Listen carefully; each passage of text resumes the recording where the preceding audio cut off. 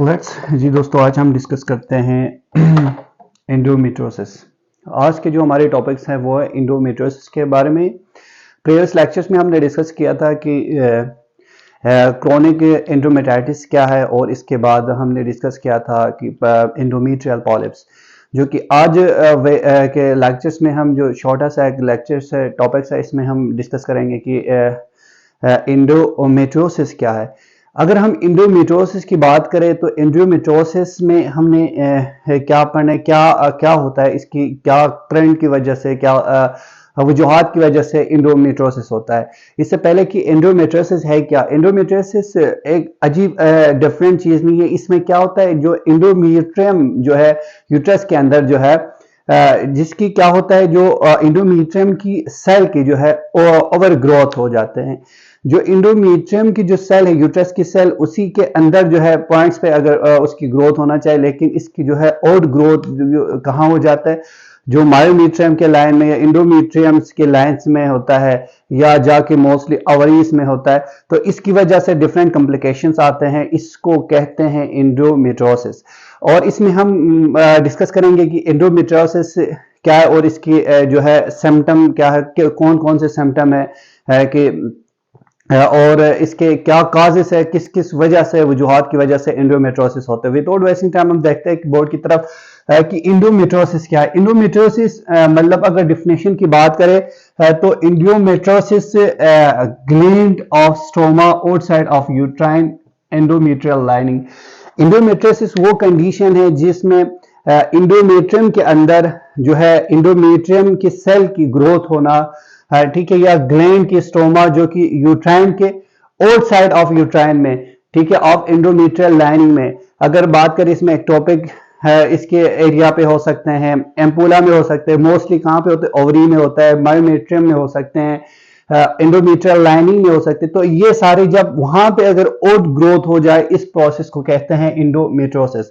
अब इसकी बात आते हैं कि काजेस, वो कौन सी वजूहात काज है जिसकी वजह से, जिसकी बिना पे कि एंडोमेट्रियोसिस होता है।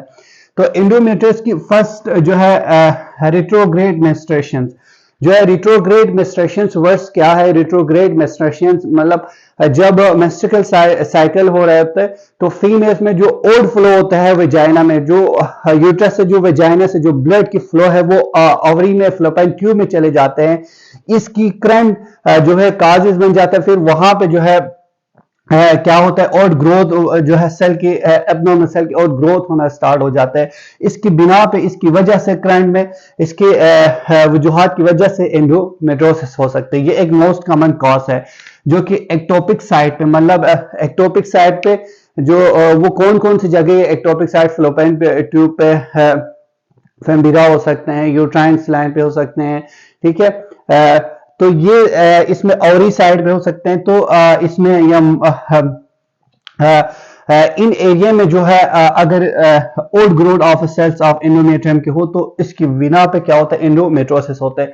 कॉन्जिनेंटल फैक्टर्स डिफरेंट, जब बर्थ की कॉन्जिनेंटल फैक्टर्स में जो कि यूट्रस में एबनॉर्मलिटी आ जाती है, इसकी बिना पे कोई भी करंट की वजह से क्या हो जाता है, कॉन्जिनेंटल फैक्टर की वजह से जो है क्या एंडोमेट्रियम की सेल जो कि और ग्रोथ होना स्टार्ट हो जाते हैं आउट ऑफ यूट्राइन। तो इसकी वजह से भी क्या होता है, एंडोमेट्रियोसिस होता है। इन्वायरमेंटल फैक्टर डिफरेंट काजेस होता है। इन्वायरमेंटल फैक्टर की वजह से क्या होता है, जो जहां जिस एनवायरनमेंट में वो रहती है फीमेल, तो इनकी डिफरेंट इन्वायरमेंट की, इसके इफेक्ट की वजह से भी क्या होता है, उस पर असर हो जाते हैं। इसकी वजह से एंडोमेट्रियोसिस हो सकते हैं। जो कि अदर मेडिकल प्रॉब्लम्स, जो कि डिफरेंट दूसरे मेडिकल प्रॉब्लम की वजह से भी क्या हो सकते हैं, इसकी करंट भी क्या होता है, एंडोमेट्रियोसिस हो सकते हैं।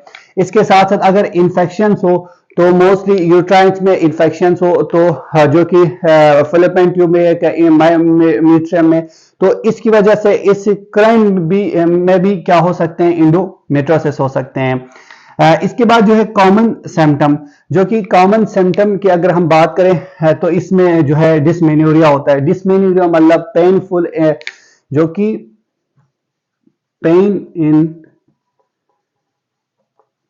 मेंस्ट्रुअल साइकिल, जब फीमेल्स के मेंस्ट्रुअल साइकिल पीरियड्स हो तो इसके दौरान इसमें क्या होता है, बहुत पेन ज्यादा होते हैं। इस प्रोसेस को कहते हैं, टर्म एज एब्रिविएशन, इसको डिस्मेनोरिया बोलते हैं लैटिन वर्ड्स में। हम डायग्राम बनाने की कोशिश करते हैं कि इसमें कि एंडोमेट्रियोसिस होता कहां पे है। फॉर एग्जांपल ये हमारी यूट्रस है,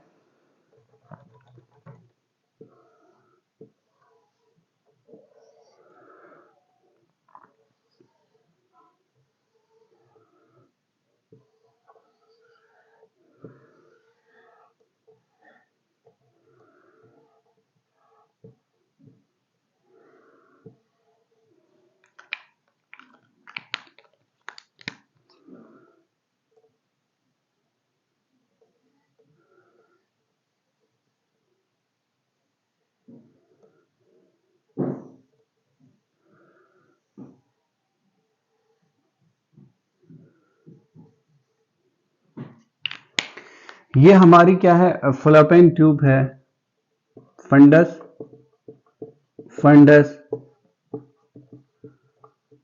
फैलोपियन ट्यूब, फेमब्री।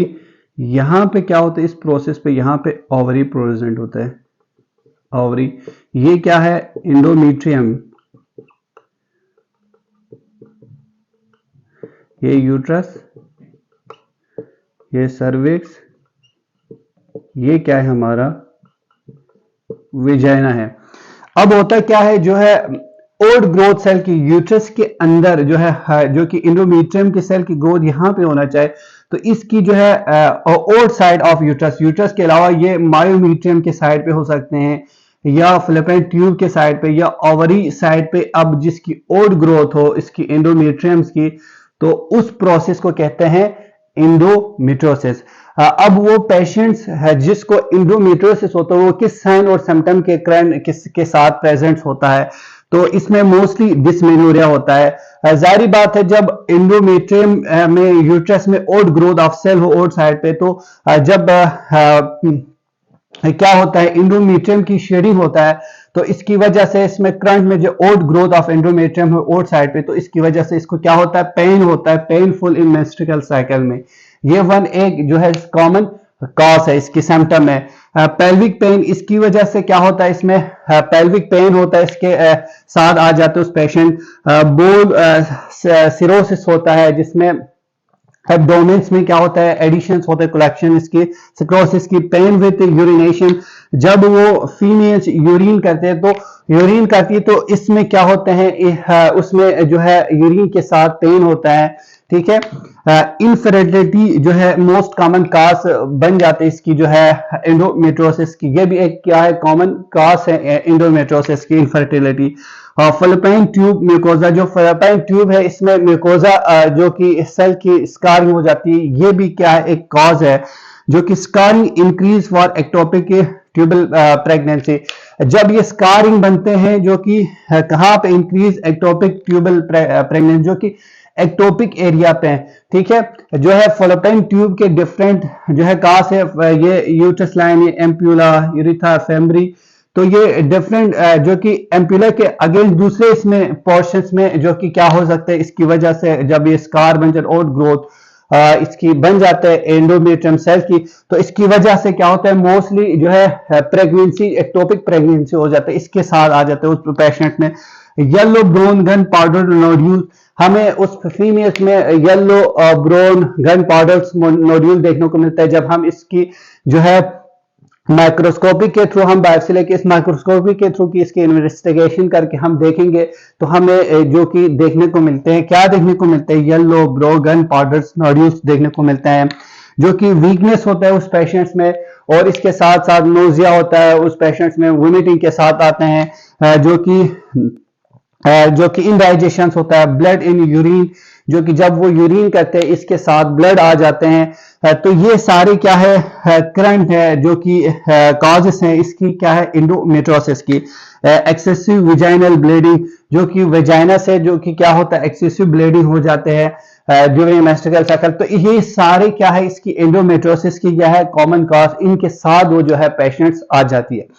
इसके बाद जो इसकी डायग्नोसिस, वो कौन से जो चीज है जिसकी वजह से हम डायग्नोस करते हैं। डायग्नोस में हम सबसे पहले जो है पेशेंट्स आ जाते तो इसकी हम क्या करते हैं, हिस्ट्री लेते हैं कि क्या आपके फैमिली में किसी को ये डिजीज तो नहीं था या किसी को इस तरह के प्रॉब्लम नहीं था। हम इसके प्रॉपर हिस्ट्री टेकिंग लेते हैं। इसके बाद हम इसकी फिजिकल एग्जामिनेशंस लेते हैं। जब फिजिकल एग्जामिनेशन के बाद हम पेल्विक जो है इसकी पेल्विक की एग्जामिनेशंस करते हैं। इसके बाद हम इसकी क्या करते हैं, अल्ट्रासाउंड करते हैं। अल्ट्रासाउंड में हम ये इसकी पूरी एब्डोमेन्स देखते हैं कि क्या क्या कहाँ पे मसला है, ठीक है। इसके बाद सीटी स्कैन करते हैं, लेप्रोस्कोपी करते हैं। इस तरह करके हम क्या करते हैं, इसकी इन्वेस्टिगेशन करते हैं, ठीक है। डायग्नोस करते हैं कि अगर इनमें जो वजूहात है तो बायोप्सी लेते हैं। अगर बायोप्सी में अगर हमें इसमें चॉकलेट सिस अगर हमें देखने को मिलता, ये भी चॉकलेट सिस, ये भी मोस्ट कॉमन काज है जो कि एंडोमेट्रियोसिस में हमें जब इसकी बायोप्सी लेते हैं तो हमें ये देखने को मिलता है, चॉकलेट सिस्ट इसमें देखने को मिलता है